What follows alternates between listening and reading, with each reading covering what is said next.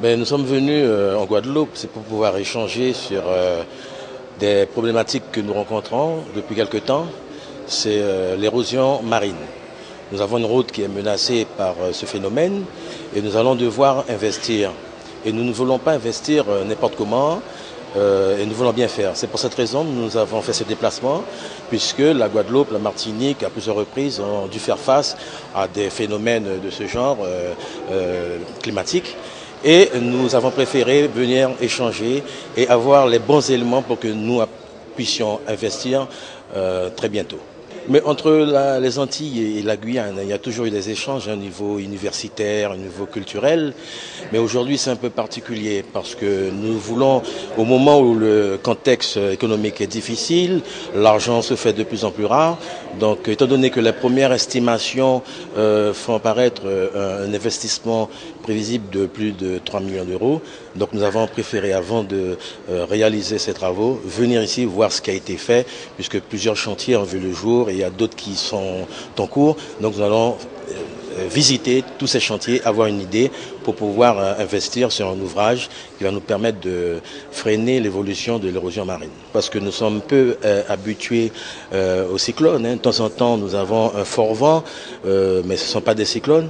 Mais le problème de l'érosion marine, nous voulons justement le prendre à bras-le-corps. Et c'est pour cette raison, avant d'investir, nous préférons venir voir toutes les réalisations et des conseils que nous donnent les techniciens de Guadeloupe. Nous avons reçu effectivement cette demande de la part des collègues guyanais qui souhaitaient absolument venir nous voir pour échanger avec nous autour des expériences faites par le Conseil général de Guadeloupe sur à la fois les routes départementales, sur les ports, sur toutes les infrastructures que nous gérons.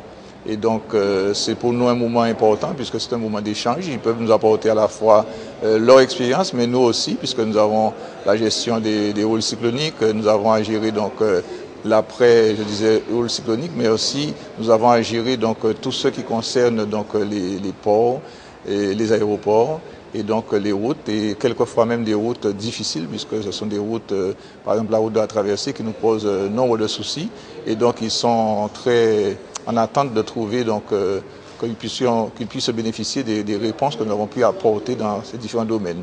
Et quelles sont à la fois les réponses, mais aussi quelles sont les projections que nous avons sur la résolution de ces types de situations. Disons que nous avons des expériences qui sont intéressantes, que ce soit sur les littorales, sur le littoral, et sur la conception aussi des zones de protection des plans d'eau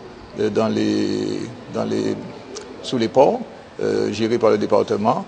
Et nous avons aussi, bien sûr, un certain nombre d'équipements, du moins d'actions qui sont menées et qui sont, je dirais, un petit peu en première ligne, et qui peuvent être utiles pour des expériences pour d'autres collègues sur d'autres collectivités. Mais naturellement, ces collègues peuvent aussi nous apporter leur propre expérience, puisque la zone de Guyane la Guyane est un pays très humide, avec des difficultés particulières qui ne sont pas très loin des difficultés que nous avons aussi dans certaines zones.